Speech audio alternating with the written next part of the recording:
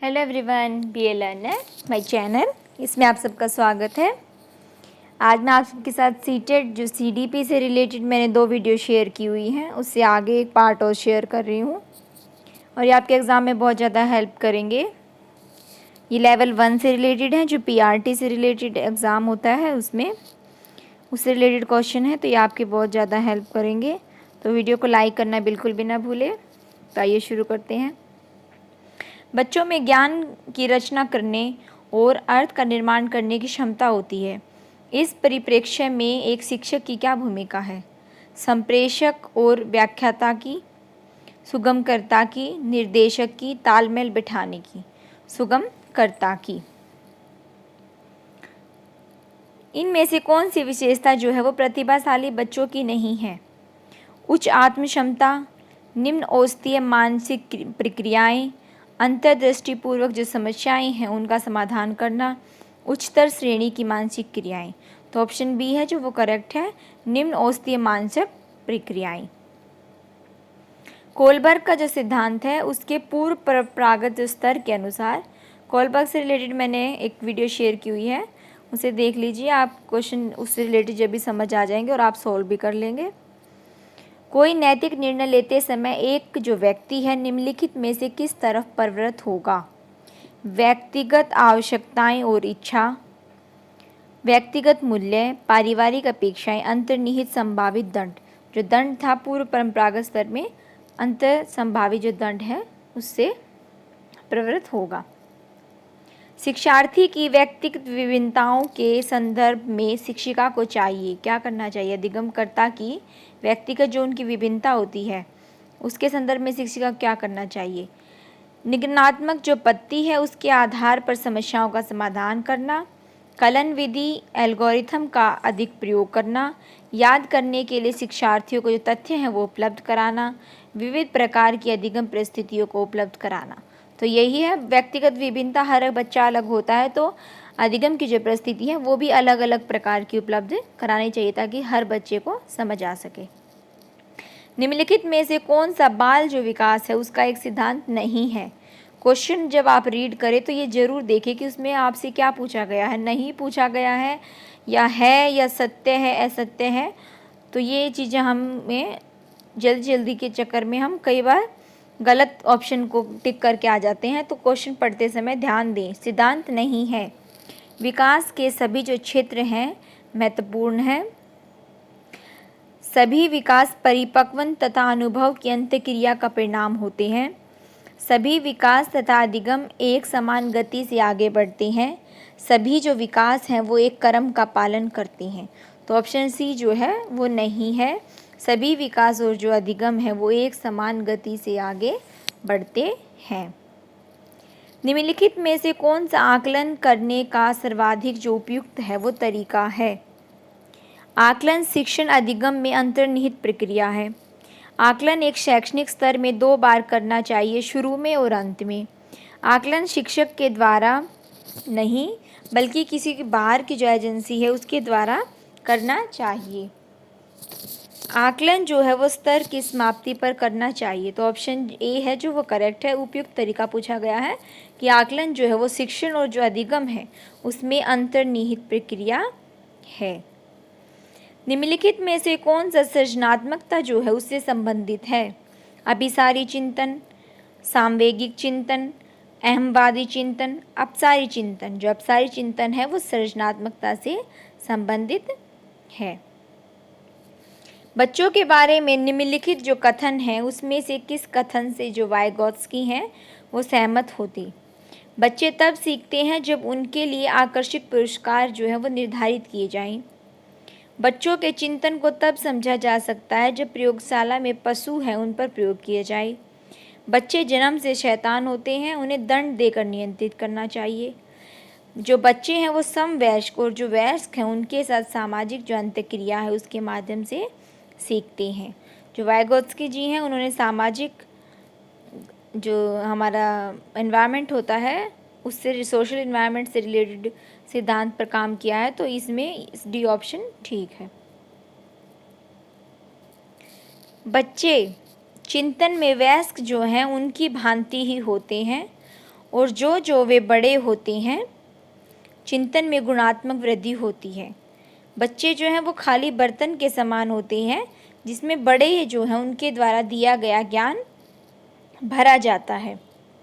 निष्क्रिय जीव होते हैं जो प्रदत्त जो सूचना है को जो कि तो प्रतिलिपि में प्रस्तुत कर देते हैं। जिज्ञासु प्राणी होते हैं जो अपनी चारों ओर के जो जगत है उसको खोजने के लिए अपने ही तरीके और क्षमताओं का प्रयोग करते हैं। तो डी है, जिज्ञासु प्रवृत्ति के होते हैं। बच्चों की त्रुटि जो है उनके बारे में कौन सा कथन सत्य है? बच्चों की त्रुटियां उनके सीखने की प्रक्रिया का अंग है। बच्चे तब त्रुटियां करते हैं जब शिक्षक सौम्य हो और उन्हें त्रुटियां करने पर दंड न देता हो। बच्चों की जो त्रुटियां हैं वो शिक्षक के लिए महत्वहीन हैं और उसे चाहिए कि उन्हें काट दे और उन पर अधिक ध्यान न दे। यह सावधानी के कारण बच्चे त्रुटियां करते हैं। जो त्रुटियां हैं उनके बारे में सत्य क्या है कि त्रुटियां जो हैं वो बच्चे की सीखने की प्रक्रिया का अंग है। तो ऑप्शन ए इज करेक्ट। अध्यापक को यह सुनिश्चित करना चाहिए कि उसकी कक्षा के सभी शिक्षार्थी अपने आप को स्वीकृत और सम्मानित समझे। इसलिए शिक्षक को क्या करना चाहिए? वंचित पृष्ठभूमि से आने वाले जो बच्चे हैं उनका तिरस्कार करें ताकि वे अनुभव करें कि उन्हें कठिन परिश्रम करना है। उन शिक्षार्थियों का पता लगाएं जो अच्छी अंग्रेजी बोल सकते हैं, संपन्न घर से हैं और आदर्श के रूप में प्रस्तुत करें। अपने शिक्षार्थियों की सामाजिक और जो सांस्कृतिक उनकी पृष्ठभूमि है उसकी जानकारी प्राप्त करें और कक्षा में विविध जो मत हैं उनको प्रोत्साहित करें। कड़े नियम बनाएं और बच्चा उनका पालन न करे तो दंड दें। तो ऑप्शन सी है वो करेक्ट है कि उनकी सामाजिक और जो सांस्कृतिक जो उनकी पृष्ठभूमि है उसका पता लगाएं और विभिन्न जो मत हैं उनको प्रोत्साहित करें। सुरेश जो है वो सामान्य रूप से एक शांत कमरे में अकेले पढ़ना चाहता है, जबकि मदन समूह में मित्रों के साथ। यह उनके डैश में विभिन्नता के कारण है। अभिक्षमता, अधिगम शैली, प्रावर्तकता स्तर, मूल्य। तो बी अधिगम शैली। सब बच्चों के अधिगम की शैली अलग होती। भारत में भाषिक जो विभिन्नता है वो बहुत है। इस संदर्भ में विशेषकर कक्षा 1 और 2 के प्राथमिक स्तर पर बहुभाषिक जो कक्षा है उनके बारे में सर्वथा उपयुक्त कथन क्या है? विद्यालय में उन्हीं को प्रवेश दें जिनकी मातृभाषा वही हो जो शिक्षा के लिए अपनाई जा रही हो। सभी भाषाओं का सम्मान करना चाहिए। सभी भाषाओं में अभिव्यक्ति के लिए बच्चों को प्रोत्साहित करना चाहिए। तो ऑप्शन बी इज करेक्ट है। प्रकृति जो पोषण जो विवाद है उसमें प्रकृति से क्या अभिप्राय है? जैविक विशिष्टताएं या वंशानुक्रम सूचनाएं, भौतिक सामाजिक संसार की जटिल शक्तियां, एक व्यक्ति की मूल वृत्ति, हमारे आसपास का वातावरण। जो प्रकृति है वो है जैविक विशिष्टताएं, वंशानुक्रम जो सूचनाएं हैं वो। जनसंचार माध्यम समाजीकरण का एक महत्वपूर्ण माध्यम जो है वो बनता जा रहा है। इनमें से कौन सा कथन उपयुक्त है? समाजीकरण केवल माता पिता और परिवार के द्वारा किया जाता है। जनसंचार जो माध्यम है उनकी पहुंच बढ़ रही है और जनसंचार जो माध्यम है वो अभिवृत्ति, मूल्य और विश्वास जो है उसको प्रभावित करता है। बच्चे संचार जो माध्यम है उनके साथ प्रत्यक्ष रूप से अंतःक्रिया नहीं कर सकते। संचार जो माध्यम है वो पदार्थों के विज्ञापन और विक्रय के लिए एक अच्छा माध्यम है। तो ऑप्शन बी जो है वो करेक्ट है कि जनसंचार जो माध्यम है उनकी पहुंच बढ़ रही है जिसके माध्यम से अभिवृत्ति, मूल्य और जो विश्वास है वो हमारे प्रभावित होते हैं। बच्चे किस प्रकार से सीखते हैं? नीचे दिए गए कथनों में कौन सा प्रश्न इस विषय में सही नहीं है? बच्चे किस प्रकार सीखते हैं और इसमें नहीं पूछा गया है। बच्चे तब सीखते हैं जब वे संज्ञानात्मक रूप से तैयार हों। अनेक प्रकार से सीखते हैं। बच्चे सीखते हैं क्योंकि वे स्वाभाविक रूप से प्रेरित होते हैं। बच्चे केवल कक्षा में सीखते हैं। तो ऑप्शन डी है वो इस विषय से नहीं है क्योंकि बच्चे केवल कक्षा में नहीं सीखते, बच्चे हमेशा सीखते रहते हैं। प्राथमिक विद्यालय जो है वो शिक्षक को अपने शिक्षार्थियों को अभिप्रेरित करने के लिए निम्नलिखित में से किस रणनीति को अपनाना चाहिए? बच्चों को अभिप्रेरित करने के लिए क्या करना चाहिए शिक्षक को? प्रत्येक गतिविधि के प्रेरक के रूप में प्रोत्साहन, पुरस्कार और दंड का उपयोग करना। बच्चों को उनकी जो रुचि है उसके अनुसार अपने लक्ष्य निर्धारित करना और उन्हें पाने के लिए उनकी सहायता करना। पूरी कक्षा के लिए मानक जो लक्ष्य हैं वो निर्धारित करना, उनकी उपलब्धि के आकलन के लिए कठोर जो मानदंड हैं वो बनाने चाहिए, निर्धारित करने चाहिए। प्रत्येक शिक्षार्थी में अंक लाने के लिए उन्हें स्पर्ध को प्रोत्साहित करना चाहिए। तो ऑप्शन बी है वो करेक्ट है कि उनकी रुचि के अनुसार उन्हें लक्ष्य निर्धारित करने दें और उन्हें पूरा करने में उनकी मदद करनी चाहिए। निम्नलिखित में से समाजीकरण का एक प्रमुख जो कारक है, समाजीकरण का प्रमुख कारक क्या है? कंप्यूटर, आनुवांशिकता, राजनीतिक दल, परिवार। जो समाजीकरण है उसका प्रमुख कारक है परिवार। जो परिवार है वही हमारे समाज, हमारा समाज जो हमारा सीखना है वो शुरू हमारा परिवार से होता है।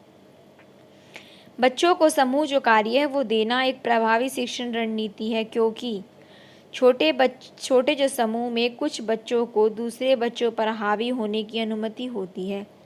सीखने की प्रक्रिया में बच्चे एक दूसरे से सीखते हैं और परस्पर सहायता भी करते हैं। बच्चे अपना काम जल्दी करने में समर्थ होते हैं, इससे शिक्षक का काम कम हो जाता है।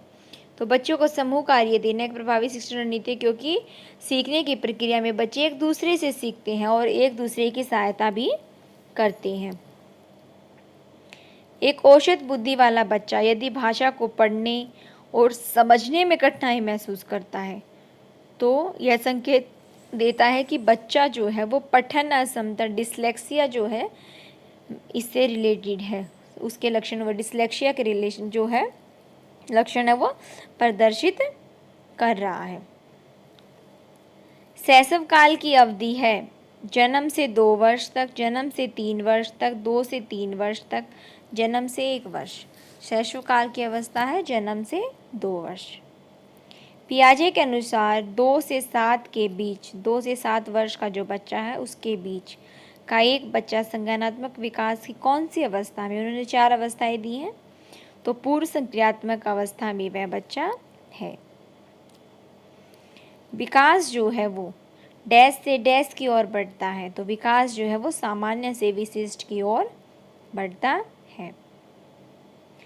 जब जो वयस्क है वो सहयोग से सामंजस्य कर लेते हैं तो वे बच्चे के वर्तमान जो स्तर है उसके प्रदर्शन को संभावित जो क्षमता है के स्तर के प्रदर्शन की तरफ प्रगति क्रम को सुगत बनाते हैं। इसे कहा जाता है सहयोग देना, सहभागी अधिगम, सहयोगात्मक अधिगम, समीपक विकास। तो सहयोग देना। नवीन जानकारी को शामिल करने के लिए वर्तमान स्कीमा जो है, अवधारणा जो है, जो हमारे अवधारणा बन चुकी है किसी चीज़ को लेकर, उसमें जो बदलाव होता है उसकी प्रक्रिया क्या कहलाती है? आत्मसातकरण, समायोजन, अहम केंद्रिता, अनुकूलन। तो आत्मसातकरण। मध्य बाल्यावस्था में बच्चा डैश की बजाय डैश अधिक है। बच्चा जो है वो समाजीकृत, अहम केंद्रित, जीववादी समाजीकृत, परिपक्व अपरिपक्व, अहम केंद्रित समाजीकृत। तो ऑप्शन ए इज करेक्ट, समाजीकृत और अहम केंद्रित अधिक है। भाषा में समाजीकृत की बजाय अहम केंद्रित अधिक होता है बच्चा मध्य बाल्यावस्था में। बाल केंद्रित जो शिक्षा है उसमें क्या शामिल है कि बच्चों को एक कोने में बैठना, प्रतिबंधित प्रवेश में अधिगम, वे गतिविधियाँ जिनमें खेल शामिल नहीं होते, बच्चों के लिए हस्तप्रक गतिविधियाँ, जो हस्तप्रक गतिविधियाँ वो बाल केंद्रित होती हैं। कक्षा अध्यापक ने राघव को अपनी कक्षा में अपने कीबोर्ड पर स्वयं द्वारा तैयार किया हुआ मधुर जो संगीत है वो बजाते हुए देखा। तो कक्षा अध्यापक ने विचार किया कि राघव में डैश बुद्धि उच्च स्तरीय थी। राघव में कौन सी बुद्धि सबसे ज़्यादा थी अगर वह मधुर संगीत बजा रहा था अपने कीबोर्ड पर, और वो भी स्वयं तैयार किया हुआ। शारीरिक गतिबोधन, संगीत में, भाषाई, स्थानिक। तो ऑप्शन बी इज करेक्ट है, संगीत में। जब एक शिक्षक यह समझता है कि स्वाभाविक रूप से जो लड़के हैं वो गणित में लड़कियों से अच्छे हैं, यह दर्शाता है कि अध्यापक है लिंग जेंडर पक्षपाती, शिक्षाप्रद, सही दृष्टिकोण वाला, नीतिप्रद। तो ऑप्शन ए है वो करेक्ट है, लिंग जेंडर पक्षपाती। समावेशी जो शिक्षा है वो मानती है कि हमें डैश के अनुरूप बदलना है। हमें किसके अनुरूप बदलना है? व्यवस्था के अनुरूप, परिवेश के अनुरूप, बच्चे के अनुरूप, बच्चे और व्यवस्था के अनुरूप। तो ऑप्शन ए करेक्ट है इसका आंसर। हमें व्यवस्था और बच्चे के अनुरूप बदलना है। तो मैंने आज आप सबके साथ ये 30 क्वेश्चन शेयर किए हैं। इससे आगे मैं आपके साथ शेयर करती रहूँगी। आप कमेंट करके मुझे ज़रूर बताएं अगर आपको किसी चीज़ में प्रॉब्लम आई हो या कोई क्वेश्चन समझ ना आया हो। और चैनल को सब्सक्राइब करना बिल्कुल भी ना भूलें। Thank you.